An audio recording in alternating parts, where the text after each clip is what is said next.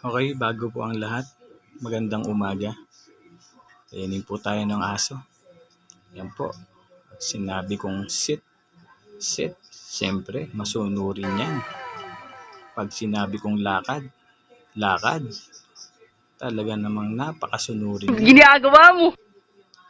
Di habang naglalakad kami, patitigilin ko yan. Sabi ko, stay lang. Titigil yan, siyempre. Tinan mo naman, hindi gagalaw yan. Hindi totoo yan. Diba? Sabi kong punta sa akin, pumunta sa akin. Ganyan ang alaga ko. Upo. Uupo yan. Sana all. Upo ulit. Uupo ulit yan. Pag sinabi kong upo ulit, uupo yan. At mag-aantayan kung ano ang sasabihin ko. O, di ba? Sabi ko pumunta. Pinukol ko pa. Kinuha niya. Ibabalik niya yan, siyempre. Nagkamali ako. Pumunta pala at umihi. Salbahing aso. Pinag-antay pa ako. Gago! Waiting talaga ang lolo. Ang tagal umihi. Parang sinulid. Ano ba, Hunter? Ano ba yung ihi mo?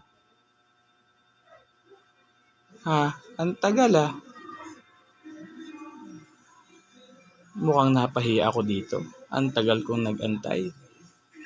Sorry naman. Ayan, dilinga-linga pa. Ayan pa ulit. Luminga pa ulit oh.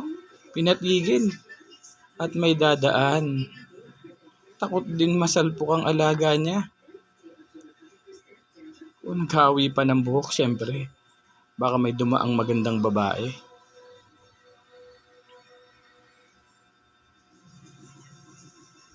Mukhang ayaw nang bumalik ah.